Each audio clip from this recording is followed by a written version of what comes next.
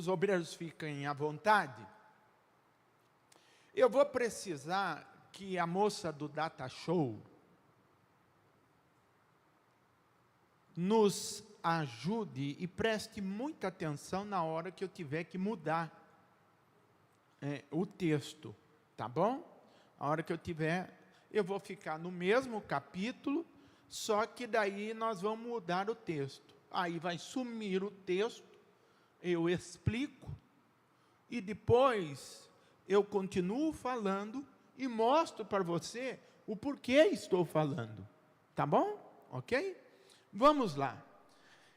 Na Cartas Paulíneas, que Paulo escreveu, 1 Coríntios, capítulo 4,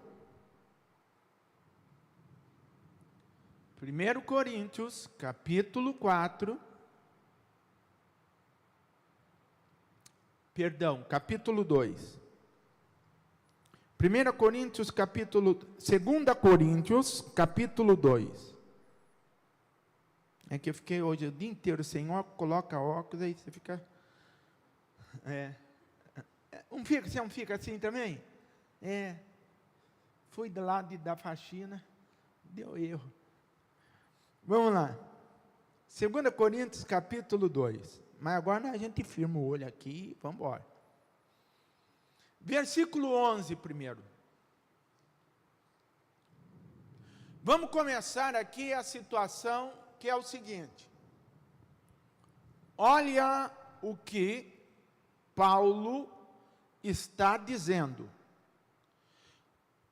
Você vai no Evangelho, Mateus, Marcos, Lucas, João, Atos, Romanos é a primeira carta apostólica, carta de Paulo. Aí vai, Romanos, 1 do Coríntios, 2 do Coríntios. Coríntios, antes de começarmos, era, na época de Paulo, a maior igreja de todas as cidades que havia no Oriente e também na Ásia. Era a maior igreja, equivalente, aí você fala assim, é maior do que a igreja de Jerusalém, aonde o próprio Jesus pregou, aonde o próprio Jesus deu todas as estratégias, aonde o Senhor Jesus fez sinais, prodígios, maravilhas, e aonde ele foi morto e ressuscitado, e implantou ali, através da sua morte e ressurreição, a igreja de Cristo, quando ele subiu ao céu, já na presença de 500 irmãos, 500 crentes. E subindo aos céus, ele dá agora a ordenância que deveria irmos por todo o mundo e pregar o Evangelho, tanto em Jerusalém, que foi a cidade que foi mais evangelizada, em Jerusalém, Samaria e até o confins da terra. O Evangelho foi pregado e agora chegou até essa cidade portária, uma cidade aonde os barcos se achegavam, e o Evangelho ali cresceu muito, muito mesmo.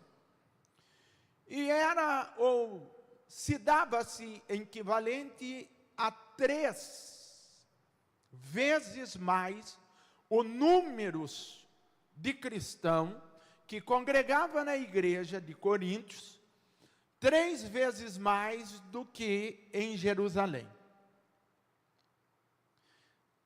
Existe a matemática, mas nós não vamos entrar nessa, mas a igreja de Coríntios era a igreja que tinha mais crentes, mais poderosa. E tinha também ali, o povo ali era de oração, muita oração. E o povo que estava ali era um povo que ia envolvendo todos os que passavam na cidade. E entravam ali na igreja, ou no lugar onde eles se reuniam, e faziam grandes cultos. Já no louvor, Deus começava a operar sinais, prodígios e maravilha.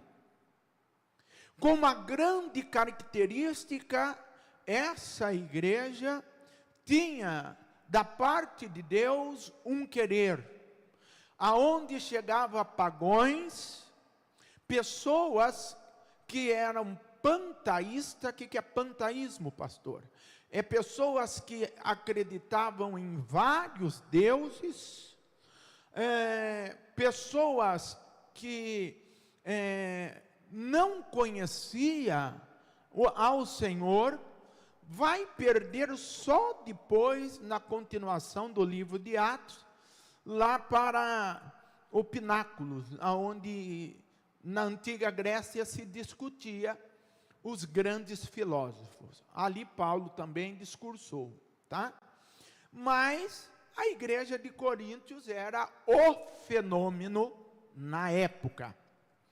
Paulo escreve a primeira igreja a Coríntios a pedido do pastor, porque o pastor já estava esgotado, ficando doente. A igreja era enorme e também a bênção de Deus, a glória de Deus, era enorme. Porque aonde há multidões clamando ao Senhor, Deus responde. Aonde há multidão clamando e bendizendo o nome do Senhor, o Senhor, Ele há de agir. Isso não quer dizer que, se você orar sozinho, ou se você orar em pequenos grupos, você vai ter menos força. Não. É ao contrário. É pelo poder do ecoar da oração, que Paulo chama de equidade, é que vai ressoar o poder da oração. E aí vem aquela conversa portuária, dizendo assim, tem lá um culto, lá tem lá um pastor, e tem lá um povo, que é um povo muito abençoado. Você entra lá, eles falam umas línguas meio diferentes que a gente não entende, mas a gente vê cada milagre, cada coisa boa, e a igreja foi crescendo, crescendo e crescendo. E aonde há ser humano, ali há problema. Em qualquer lugar do universo, desde que quando Deus criou Adão e Eva, aonde há ser humano, há ali também problema. Por quê, pastor? Porque nós não somos perfeitos. Perfeito só o nosso Deus. Perfeito só Jesus Cristo de Nazaré, que nessa terra em tudo foi testado, em tudo foi tentado, em tudo foi afligido, em tudo foi oprimido, mas a Bíblia diz que não pecou. Tá bom? Então nós vamos aqui a esse movimento. Vamos ver o que diz no livro de 2 Coríntios, capítulo 2, verso 11. Para que Satanás, para que quem? Satanás, adversário da nossa alma, isso que quer dizer a palavra Satanás. Satanás não é o gatinho da bruxa do 71 do Chaves, aonde o gato foge e ela vive buscando esse gato fujão, e o nome dele é Satanás. Está lá no episódio do Chaves. Não é aquele lá. Satanás, que a Bíblia está dizendo aqui, é o anjo decaído, e ele não podendo e não conseguindo concluir a sua obra maligna, porque a obra dele era ferir a Deus, derrubar Deus do seu alto, sublime e poderoso trono, conforme diz o salmista. E a palavra do Senhor descreve que, em um lugar onde só reinava paz e alegria, ele começou a falar de ouvido a ouvido e colocar medo nos anjos que adoravam a Deus, nos anjos que tinham que se apresentar a Deus de tempo em tempo, os anjos que eram milhares de milhares, o qual Deus conhecia um por um, o chamando pelo nome, o qual eles tinham acesso total e livre até o trono de Deus. E a Bíblia diz que, por causa de um atributo de Deus, que é o atributo da justiça, esses anjos começaram a dar ouvido a Lúcifer, que era um querubim da guarda, e ele ficava em torno, ali naquela região, das coisas de Deus. Deus sabia que a fofocaiada dos anjos, Deus sabia que Lúcifer estava fazendo uma conspiração contra ele. Sabia sim. Por isso Deus o tirou de perto do convívio, porque a Bíblia diz que aquilo estava fazendo mal ao ego dele. Ele estava se achando amigão, ele estava se achando idêntico ao Criador. Até que o Senhor olhou e disse: calma aí, existe limite entre o Criador e entre a criatura. Tem um limite aí, porque você está dando ordem aí sem sair da minha boca. Você está inventando aí coisas que não saiu da minha boca, não é a minha palavra. E aí o Senhor não o castigou. O Senhor disse: olha, vamos melhorar. Você acha que é tudo assim tão fácil, alegre, cheio de paz? Então, eu vou dar a você um lugar, você que é querubim, um lugar para você cuidar. Assim nasceu as galáxias. Enquanto Deus formava as galáxias, antes de formar o homem, Lúcifer começou com uma conversa dizendo assim, ó, ele vai querer nos destruir, porque ele sabe que nós, juntos, nós podemos tomar conta e seremos a maior parte do céu e vamos destituí-lo do seu trono. E ele falava isso desejando tomar no lugar de Deus. E cada vez que forçava ou era reforçado esse ambiente, Lúcifer se alegrava lá dentro, já sonhando e delirando com o massacre que eles fariam com o Todo-Poderoso, com o Eterno.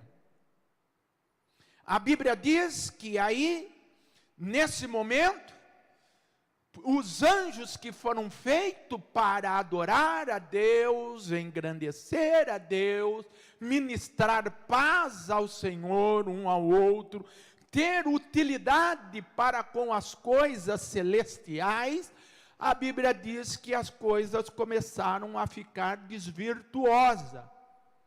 E ele usava de sutileza, ele falava com uma palavra de lábios de mel. E ia de grupo em grupo e convencendo, e a Bíblia diz que ele convenceu quase perto de 70% dos seres angelicais. Na hora do vamos ver, ele corre para um monte chamado Monte do Bazã, recebe esse nome, Bazã, porque é chamado também de o Monte da Origem da Inveja, ou o Monte do Olho Gordo, que é o que cabe para nós brasileiros, mas é um fascínio, não é só inveja, fascinação de uma inveja maligna, fascinação de uma inveja destrutiva, de uma inveja iracunda, de uma inveja para matar, de uma inveja para destruir, de uma inveja que colocaria em primeira vez no universo uma guerra. Começa com ele. Ele vai para trás desse monte e ali ele faz um quartel-general. Como Deus criou os anjos de maneiras hierárquicas, ele também conhecia territórios, porque ele é um querubim. Ele agora monta uma estratégia territorial de como poderia cercar, fazer um cerco e deixar Deus isolado para poder então destruí-lo. Essa foi a origem que Lúcifer fez. Nesse momento, alguns anjos, ou a maioria deles já convencidos, alguns anjos celestiais, Gabriel, papapá, arará, alguns anjos já estavam machucados, feridos com as suas intenções, porque eles foram feitos e lacrados para devido fim. Assim como nós, homens, Deus fez o homem do pó da terra, e Deus criou o homem do pó da terra, e o homem foi agora a sua formação em 4 estágios. Deus pegou o pó, a água, Deus colocou o fogo, e Deus colocou agora o vento ou o ar. Muitas pessoas, quando eu falo assim, falam: onde está o fogo no homem, pastor? Meça a sua temperatura e você vai ver certinho se você tem ainda vida no seu corpo.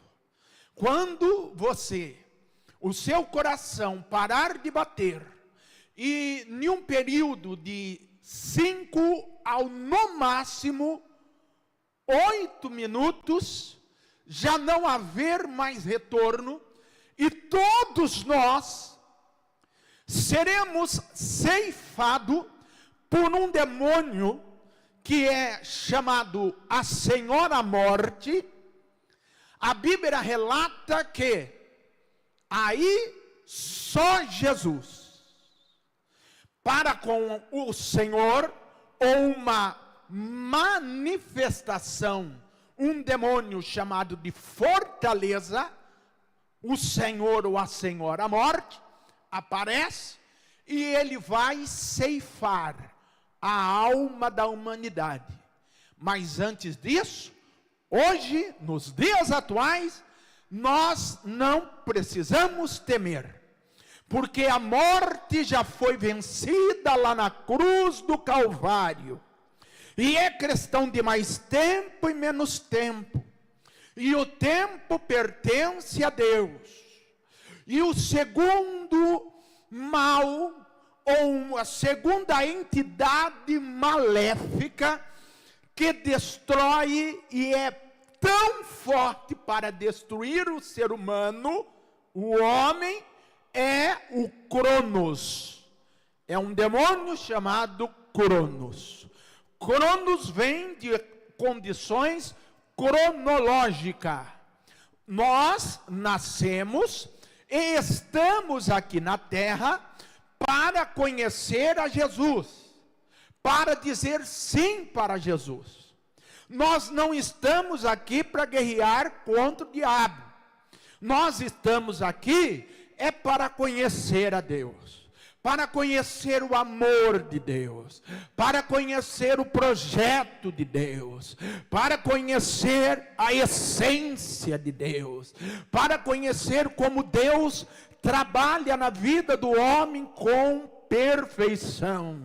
Assim como o homem é tricotômico, ou seja, triúnico, ele é espírito que possui uma alma, habita em um corpo, o nosso Deus também é assim. O nosso Deus, ele é o Pai que domina sobre todas as coisas, que também é igual ao Filho, que também é igual ao Espírito Santo. A diferença é a função pela qual nós sabemos como está acontecendo a ação. Nós olhamos para o pastor Adilson e estamos vendo ele hoje aqui de camisa palha, a calça é um bege escuro, o sapato preto, combinando tudo com coisa nenhuma. E ao olhar para ele, não, é só para ajudar, porque ontem você se tirou do céu. Mas, recompensa, receba. Mas, quando falamos pastor Adilson, nós logo indicaremos quem é esse ser. Quando falamos assim, pastor Adilson é uma bênção. Pastor Adilson, ele tem uma graça de Deus, prega com uma autoridade, etc. O que você está falando? Você está falando do espírito dele. Você está falando que um dia ele teve um encontro com Jesus, Deus despertou o espírito dele, e naquele momento ele começou a andar com Deus. E foi passando-se o tempo, ele conheceu que o Senhor Deus é poderoso e podia sim habitar nessa casca que chamamos de corpo e trazer direção para a nossa alma. Poderíamos sim confiar que Ele, o Senhor Deus, será o nosso juiz. Quando falamos do pastor Adilson, no verbo ele é uma bênção, estamos falando de todas as condições e experienciações que ele teve com o Espírito Santo, batismo, dom, etc., chamado missão, e aí nós estamos referindo ali ao Espírito dele. Quando falamos com o pastor Adilson, dizendo assim, pastor, olha, o pastor Adilson está meio cabisbaixo, está meio quieto, ele está meio tristonho. Estamos falando da alma dele. Estamos falando da alma dele. A alma dele está na penura. A alma dele está triste. A alma dele está abatida. Se nós olharmos para ele, vermos ele extremamente preocupado, nós estaremos falando, olha, ele está angustiado, ele está aflito, ele está temeroso por algo que está acontecendo, ou algo que já deveria ter solucionado e ainda não o foi. Estamos falando de sentimento. Quando estamos falando do pastor Adilson, a pastora Adilson é corintiano. Você não vai ver o espírito dele com a camisa do Corinthians. De jeito nenhum. Ele está falando de jogo. Ele critica os jogadores do Corinthians. E ele fala, e ele às vezes diz, desse jeito que está indo, a gente vai cair. Depois ele volta, um dia depois, diz, imagine, esse ano a gente não cai. Depois ele fica uns 3, 4 dias sem saber se vai cair, e fica uma gangorra só. E ele segue essas coisas. Tem dia que ele chega e vai bater lá no meu gabinete, e eu estou trabalhando, focado. Ele diz aí, hoje tem jogo. E eu preocupado com o jogo. Eu tenho que fazer outra coisa, não dá tempo. Quando estava de folga, que eu queria assistir jogo. Hoje não. Jogo não vai parar a minha vida. Jogo não vai parar o meu espírito. Jogo não vai parar a minha fé. Jogo não vai parar o meu chamado. Jogo de futebol ou qualquer coisa não pode parar o meu compromisso e a minha missão com Deus. Eu preciso ter um coração voltado a Deus. Um coração desejoso pela presença de Deus. Eu preciso ter um coração voltado para o reino de Deus, para a casa de Deus. Eu preciso estar lá. Senão eu não aguento as batalhas do dia a dia. Senão eu não aguento as batalhas emocionais, as batalhas financeiras, as batalhas de enfermidade. Eu preciso muito de Deus. E eu só encontro Deus dentro da igreja. Por quê? Porque o santuário do Altíssimo, o Altíssimo é a nossa habitação. E Deus habita em nós. E nós temos que habitar em Deus. Você diz assim, pastor, mas o senhor está dizendo o seguinte, se eu sou servo de Deus e templo do Espírito Santo, eu sou o templo. Então quer dizer que a Bíblia diz que o templo, que o Espírito Santo de Deus habita em nós. Verdade? Mas essa é a parte da verdade. A outra parte da verdade é que só conhecemos a Deus, buscamos e fazemos, temos comunhão em Deus quando congregamos. Quando estamos unidos. Jesus disse para Pedro, Pedro, você é Petros, pedrinha pequena, eu sou a rocha, você tem que estar colado em mim. Jesus frequentava a igreja. Jesus, todo sábado estava na sinagoga, e às vezes fora de sábado também. E aí você diz, por que eu tenho que vir na igreja, pastor?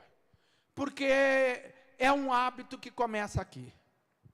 Não é um rito, não é um rito, não é um ritual, não é uma obrigação, não é um nada. Esse é apenas um exercício do meu espírito para aquilo que eu vou praticar de uma maneira natural, ter um comportamento natural de quando eu ouvir o soar da trombeta, porque Jesus Cristo vem, e se ele vem, e vem sem demora. E a Bíblia diz que é no soar da trombeta. Vai escutar aquele que for templo do Espírito Santo.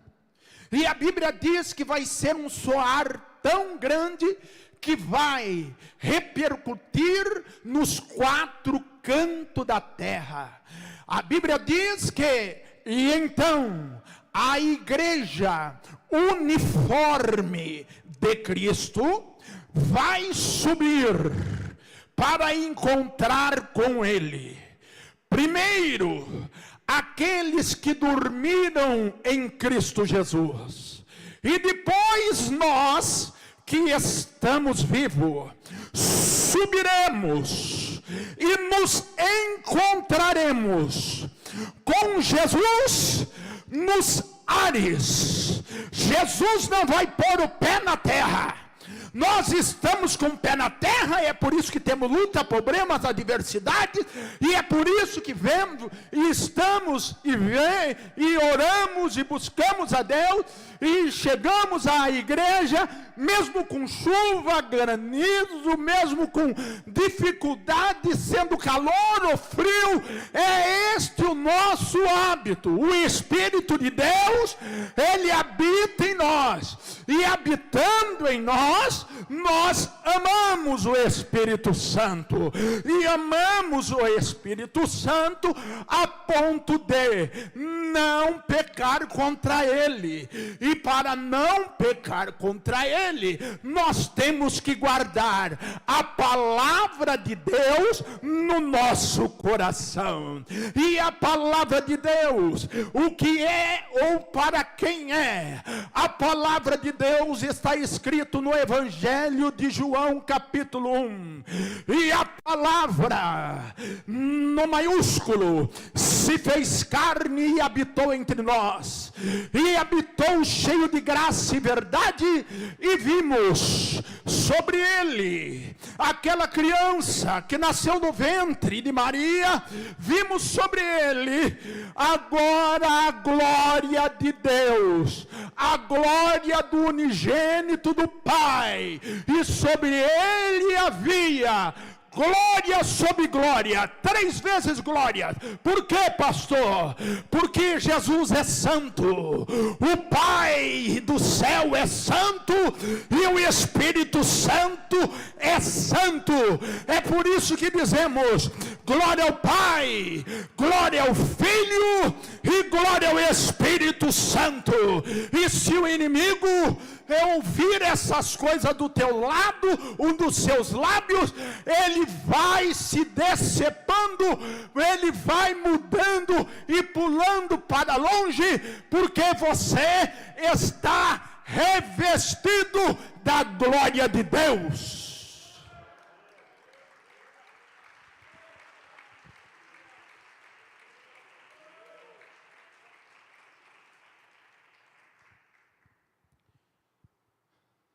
Na reunião celestial, livro de Apocalipse,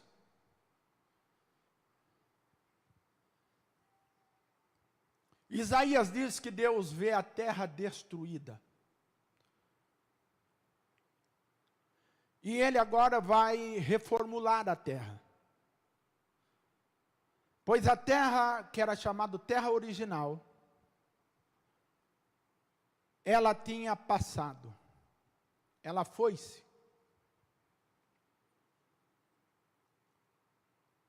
Gênesis 1:2 começa: e a terra era sem forma, ela estava vazia,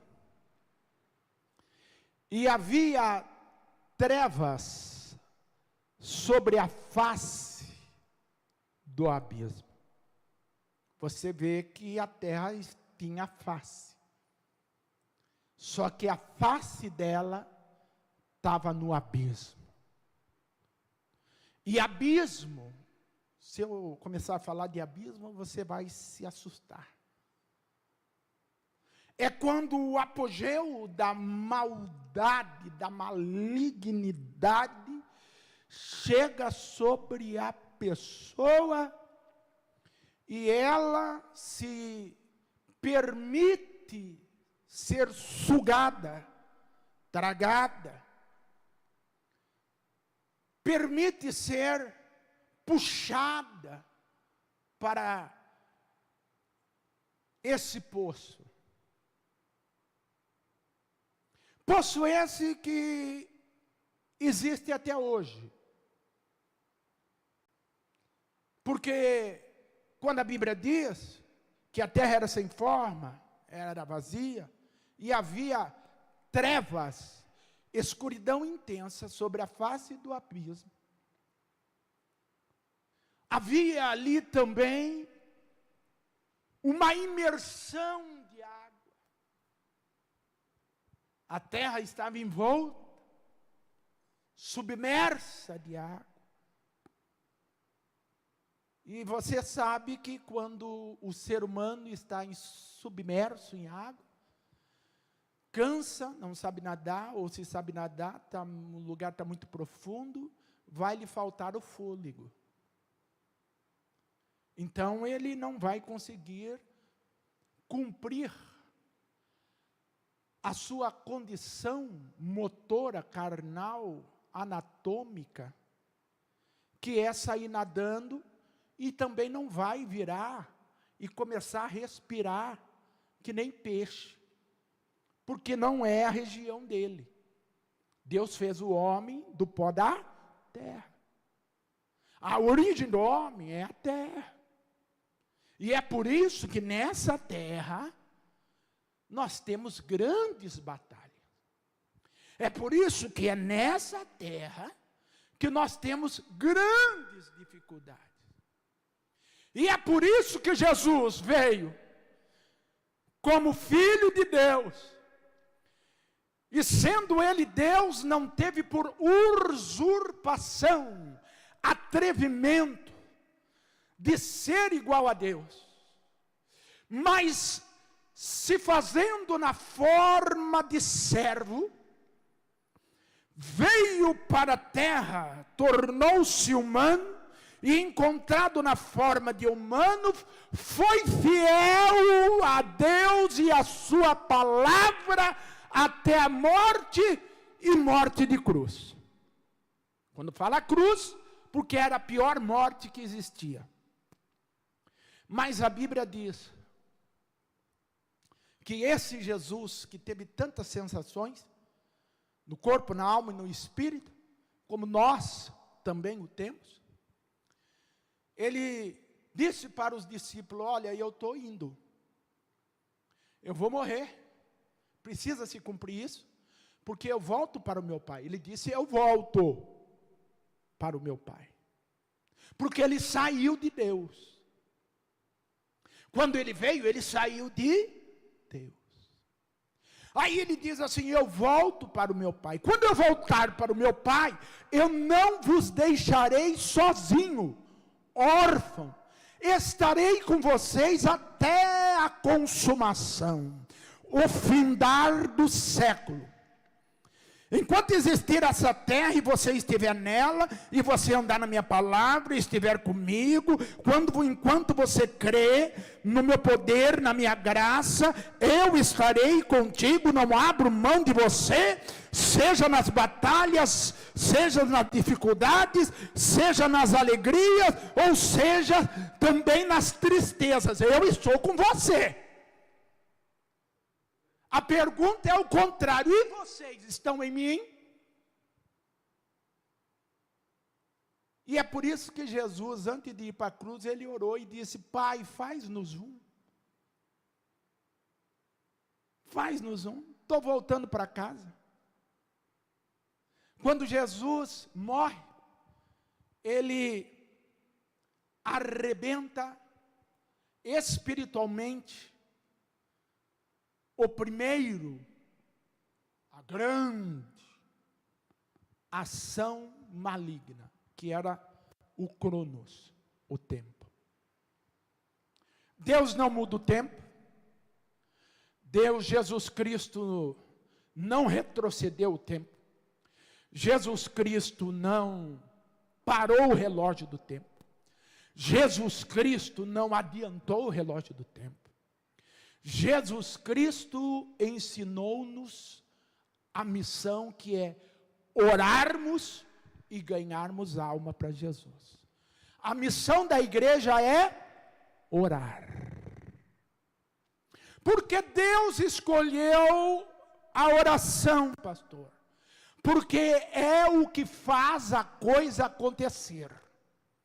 Lá no livro de Gênesis, quando termina, que a terra era sem forma e vazia, e havia treva na face do abismo, mas o Espírito Santo se movia sobre as águas.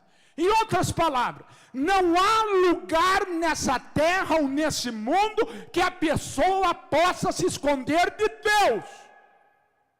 Porque de Deus ninguém pode se esconder. Pode tentar se esconder, mas não tem como se esconder. O Salmo 139 diz isso. Senhor, para onde irei eu? Para onde fugirei eu da tua face?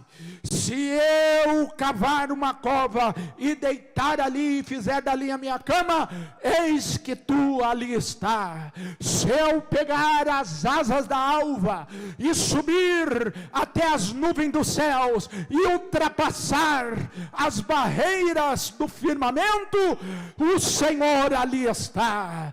Se eu tentar me esconder e falar que certamente, apagando todas as luzes, Deus não me verá, então ali toda treva será luz diante do meu Deus, porque o meu Deus, Ele me procura, o meu Deus, Ele me acha. E a Bíblia diz, continuando o salmista, que os olhos do Senhor estão sobre toda a terra, para procurar os fiéis da terra. Se você é fiel, se você é lavado e remido no sangue de Jesus, fica firme, porque os olhos do Senhor te contemplam. Deus conhece a tua situação e Ele entra com providência na tua vida hoje.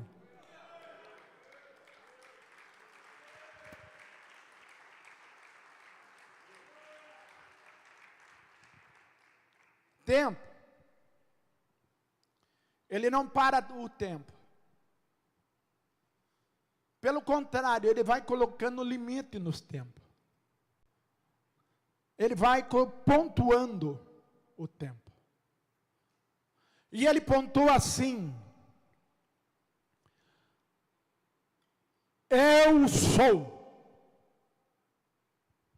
Letra maiúscula, eu sou. Eu sou o que sou, e fora mim não há outro. Eu sou. Quando Jesus batia no peito e dizia eu sou, era um tapa de mão aberta, ou acho de costa de mão na cara de Satanás, porque ele dizia eu sou o caminho, a verdade e a vida, ninguém vem ao Pai a não ser por mim. Ali já estava armado, declarado, e a palavra de Deus que não volta vazia, já estava dizendo assim: ô fortaleza, você que, ô Senhor a morte, o seu dia já está contado. Quando ele dizia, eu sou a ressurreição e a vida, e aquele que crê em mim, nunca morrerá, mas passará da morte para a vida. E quem morreu e crê em mim, ele já encontrou a ressurreição. A ressurreição é certa. O céu, a terra não vai destruí-lo. Ele passou pela terra, mas não vai ser apagado a sua história. Por quê? Porque Jesus disse para os discípulos: eu não sou desse mundo como vocês não são desse mundo, e nós estamos aqui, mas nós não ficaremos aqui, porque o Senhor, Aleluia. Deus Todo-Poderoso, Ele quer cada um de nós com Ele. Já está preparado e escrito no livro da vida. E quando nós fecharmos os nossos olhos aqui na terra, a Bíblia diz que abriremos os olhos já encontrando com Jesus no céu. E Ele nos estenderá a mão dizendo: vinde bendito do meu Pai, recebei por herança aquilo que vos tenho preparado desde a fundação do século. Século. Quanto tempo é um século? Fala para mim. Um século. 100 anos.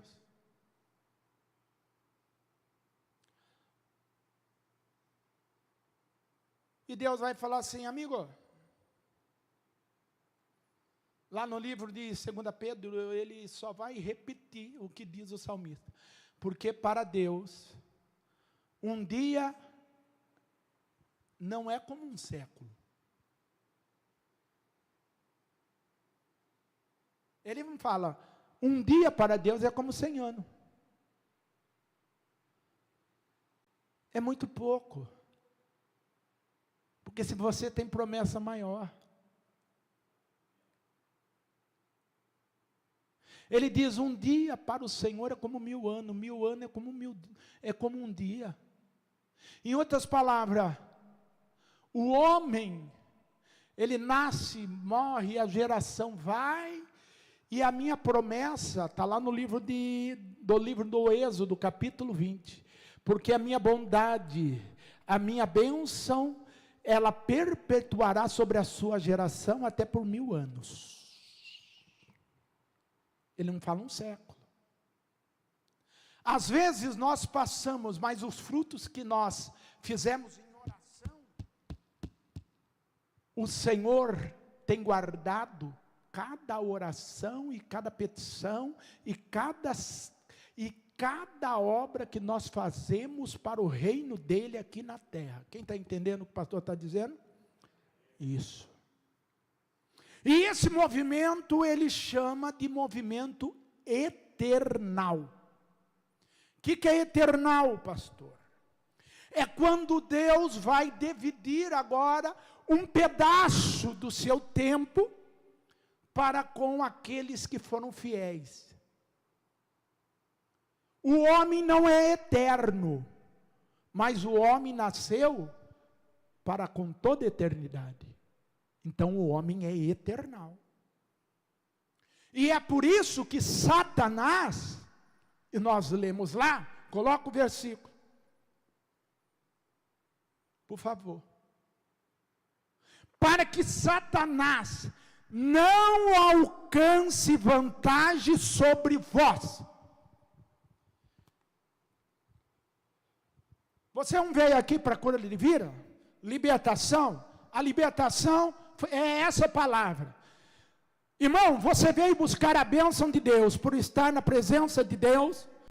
Às vezes você nem sabe que está aqui, sabe do seu problema, da tua dificuldade, mas já um clima de vitória, de poder, de unção, de graça, que coloca o inimigo por terra, e ele vai ficar para trás, e Deus vai segurar nas tuas mãos, e vai marchar adiante de vós, e você estará com ele.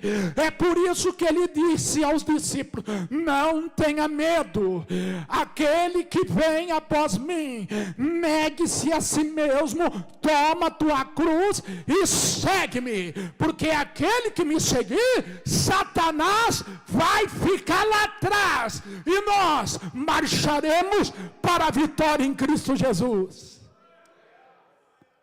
Estamos aqui para ser abençoados. E ele diz, toma cuidado, para que Satanás não alcance a vantagem sobre nós. Quem aqui vem aos domingos? Levanta a mão. Eu quero falar com os crentes domingueiros. Isso, os domingueiros, que dá jeito, isso. Tem algumas pessoas que rebolam para estar na igreja no domingo. Hã? Às vezes o marido não deixa, então a mulher levanta mais cedo para ir no varejão, fazer compra no varejão, no mercadão, no mercadinho. Quem está entendendo o mistério aí? Hã?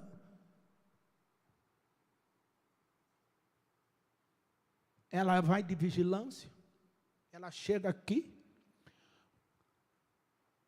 cultua, passa na feira rapidinho, e chega e faz a comida. Ainda abençoa a família. Processo de santificação. Quem está entendendo o que eu estou dizendo? Minha alma tem sede de ti, Jesus. A minha alma anela pelo seu átrio, pela tua casa. Como pardais encontrou casa para o seu ninho, e as andorinhas encontrou lugar para a sua prole, para a sua família. É isso que vai acontecer na minha vida e na minha geração. Salmo 84. Porque quão grande e poderoso, formoso é o teu átrio, a tua casa está na tua presença. Preferiria eu estar um dia na tua casa do que em outros lugares 1000. Tem 1000 lugares para a gente estar, mas a gente prefere estar na casa de Deus. Por quê? Porque quando nós formos arrebatados, não faz sentido o Espírito Santo ficar aqui. Convencer quem nunca quis ser convencido. Justificar aquele que já se justifica.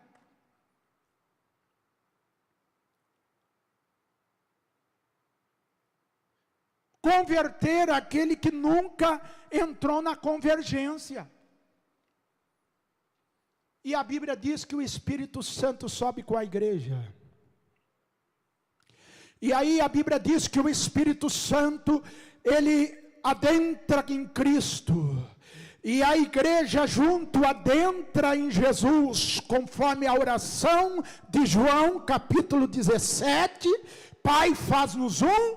Jesus dá meia volta e chega diante do Senhor, e ali está firmado o que é chamado a festa da bodas do Cordeiro, a união total, completa, que Satanás quis destruir, mas não pôde, porque o Senhor tem um plano na minha vida e na tua vida.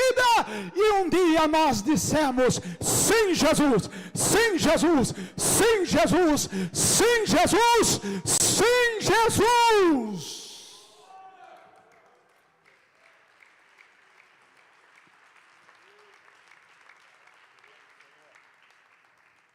E eu morarei com ele e ele comigo. E seremos um só. Obra completa. Satanás quer mudar. Essa é a palavra profética de Deus para a tua vida hoje. Recebe aí no nome de Jesus. Alguma coisa você entendeu desse negócio. Não deixe Satanás levar vantagem sobre você. Satanás, e aí ele vai dizer sobre nós: pois não lhe ignoramos o seu desígnio. O diabo tem um desígnio. O desígnio do diabo é te desequilibrar. é enfermar a sua carne, porque a carne é enferma, ela tem tempo limitado nessa terra. Enfermar a sua alma, o seu sentimento, para que você não tenha alegria em Deus e nem na palavra de Deus e muito menos na salvação. Enfermar os seus sonhos e projetos, enfermar o seu comportamento, para que você não tenha alegria suficiente, ou não tenha o gozo, porque alegria, conforme o livro de Filipenses, capítulo 4, versículo 4, não é um estágio de sentimento, de emoção. Não. Para nós cristãos, a alegria é um mandamento. E Filipenses vai dizer assim: alegrai-vos no Senhor. Outra vez vos digo, alegrai-vos. Quem está triste, ore. Pode orar que Deus vai responder. E quem está alegre, cante louvores. Porque Deus não vai te deixar derrotado. Assim é a vida. E no seu espírito? No seu espírito tem algo chamado regozijo. Chamamos de alegria da salvação. Chamamos a certeza que somos imperfeitos, mas aquele que é poderoso e perfeito habita em nós e vai nos direcionando. E Paulo diz que ele escreve essa carta, e ele escreve não para punir, ele escreve para encorajar. Deus quer te encorajar. Essa é a verdade. Ninguém ganha alma colocando ou dando coice. Isso não vai dar certo, irmão. Vai dar problema. Fica bravo, nervosinho, é temperamental. Olha o nome do demônio, temperamental. Ele é temperamental. Isso não é temperamental, é falta de conversão. É falta do fruto do Espírito Santo. É falta de paz na alma. É falta de direção. Tem outros que agora virou praga, né? Eu não conheço, aqui, pode ver, passa aqui a metade da igreja e mais 30%, são 80%, ele tem alguma doença psicossomática. 50% dos 80% é depressão. E a pessoa está sempre correndo, você já viu? Ela nunca tem tempo. E não tem tempo para Deus também. Não tem tempo para vir na casa de Deus. Eu ir lá para quê? Deus pode vir aqui. Agora eu vou falar para você, vai ser rebelde assim em outro lugar. Então eu quero orar por você hoje. Eu quero abençoar a tua vida.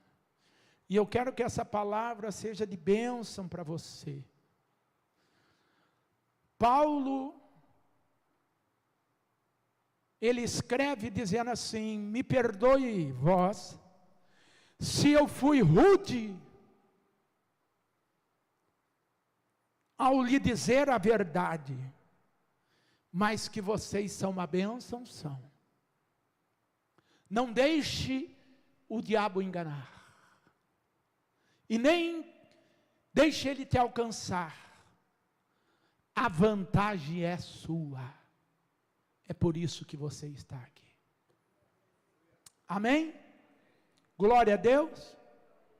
Eu falei tanto versículo e fui emendando todas as coisas. Essa mensagem você pode ouvir ela e até mandar para alguém. Tá? Manda para alguém que está desanimado. está inquieto, está se autocondenando, se autoflagelando, não tem o porquê. O nosso Deus é bom, o nosso Deus é amoroso, e o nosso Deus sabe muito, e Ele nos quer bem. Oremos. Senhor nosso Deus e nosso Pai, se coloque em pé, igreja. Eu quero, Senhor, nesta noite pedir, Senhor, a Tua presença sobre nossas vidas. Que o Senhor visite, meu Pai, aquele que está triste, aquele que está, meu Deus, preocupado, aquele que está angustiado, Senhor, com as coisas dessa vida, aquele, meu Pai, que não tem tido paz nenhum momento, Senhor, perdeu o sono, ele tem passado momentos complicados, ó Deus, mas no nome de Jesus eu te peço, tem misericórdia, Senhor, e alcance essa vida, e vai restaurando, Senhor, a paz, vai restaurando, Senhor, o pensamento, a mente dessa pessoa, meu Pai, em nome de Jesus. Aquele que não dorme à noite, meu Deus, aquele que tem pesadelos, aquele, Senhor, que tem sido afrontado, ouvindo vozes, aquele, meu Pai, que tem visto até mesmo vultos, em nome de Jesus, ó Pai, sê com ele, meu Deus, liberta, meu Deus, essa pessoa dessa escravidão emocional e sentimental, em nome de Jesus, ó Pai,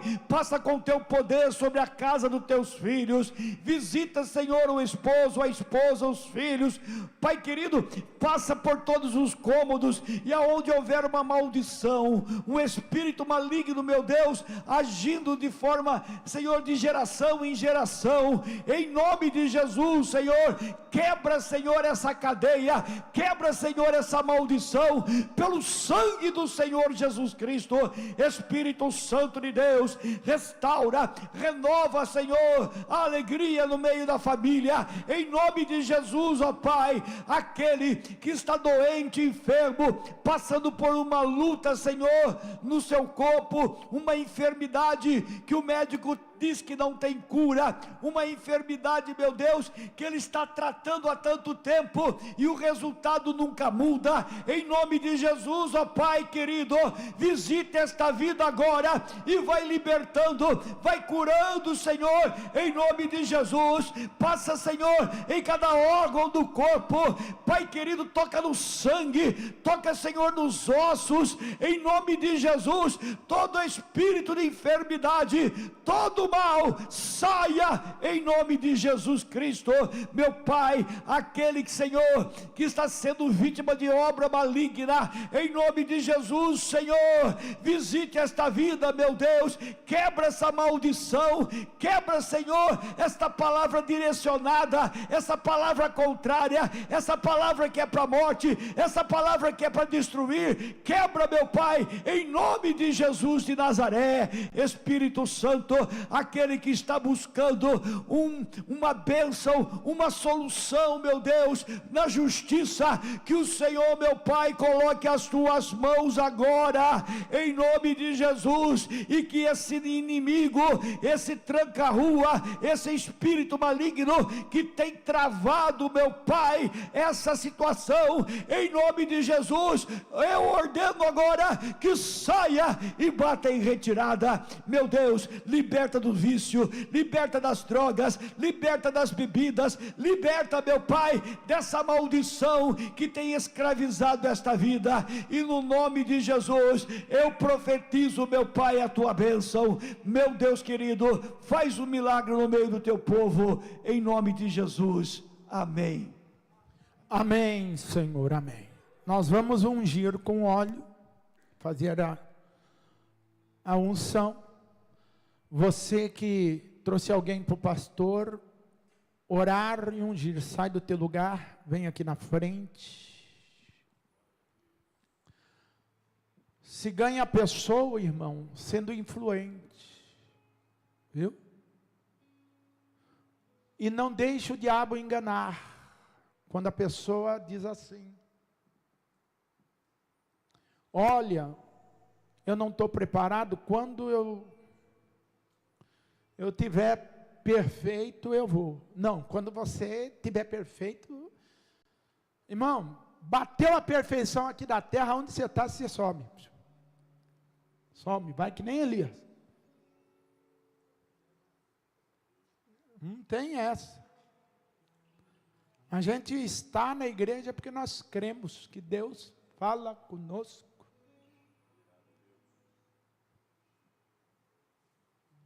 Paulo vai dizer nesse texto, dizendo, acaba com a extrema tristeza. Porque a tristeza tomou conta da igreja. E agora, os milagres não acontecem mais. Aí ele continua dizendo, e fala, repete, não entristeçais o Espírito Santo de Deus, o qual zela por vós.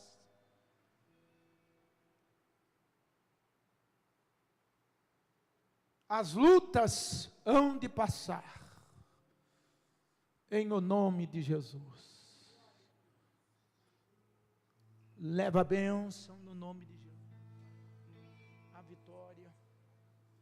Leva a bênção, a vitória no nome de Jesus. Leva a bênção, a vitória no nome de Jesus. Agora a cabeça. A bênção e a vitória no nome de Jesus.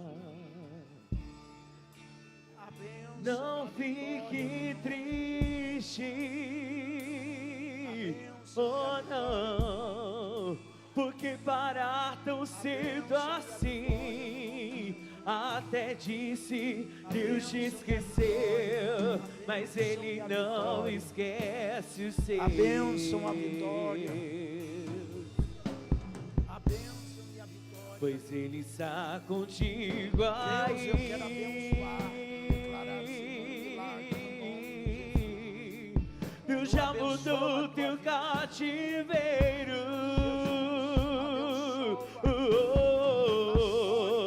Repreendeu o devorador. Ergue agora a cabeça. Vem tomar posse da vitória. A sua bênção já chegou. Se você cair, Ele te levanta. Se você chorar, Ele te consola. Quando oprimido, Ele te liberta. Ele é o Deus de ontem e de agora. Declare que você é o vencedor. Essa é a vitória que Deus te mandou. Salte para cima, atravessa abismo. Sai deste calabouço, seja o vencedor. Ele é o leão da tribo de Judá. Já entrou na guerra para guiar. Os ascoites caindo no chão. Você está livre até pra voar.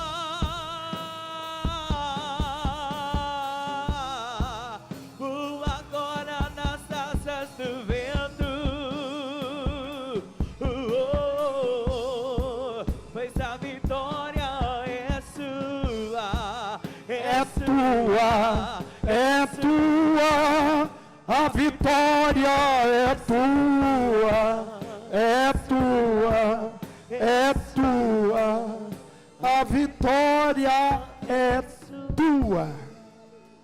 Se eu falar sua, estou falando um monte de gente, eu estou falando tua. Se eu viesse hoje aqui e tivesse ali pregando só para você, eu já tinha feito a minha missão. Mas Deus tem mais. Deus manda eu te falar.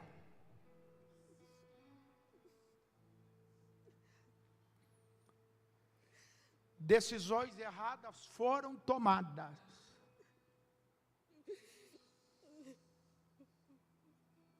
Por isso teu coração está partido, ferido.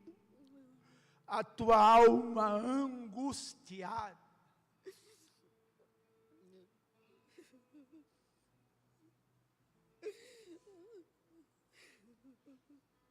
Não tenha medo quanto o dia do amanhã. A escassez para. Deus sustenta-te pelas mãos. O carinho e amor que você precisa está em Cristo poderoso. E a ação contrária que está levando você a doença, dores atrás de dores, eu ordeno o espírito de enfermidade, saia agora. Fala! Sai! Em nome de Jesus, eu declaro a libertação e a paz. A paz, a paz. Vamos aplaudir Jesus. Ele é bom. Glória ao Pai. Glória ao Filho e glória ao Espírito Santo. Aleluia. Aleluia. Nós temos o culto sábado da rapaziada, me coloca aí. Oferta. Mano, nós vamos ofertar. Não senta não, não senta não. Porque é assim, de pé mais...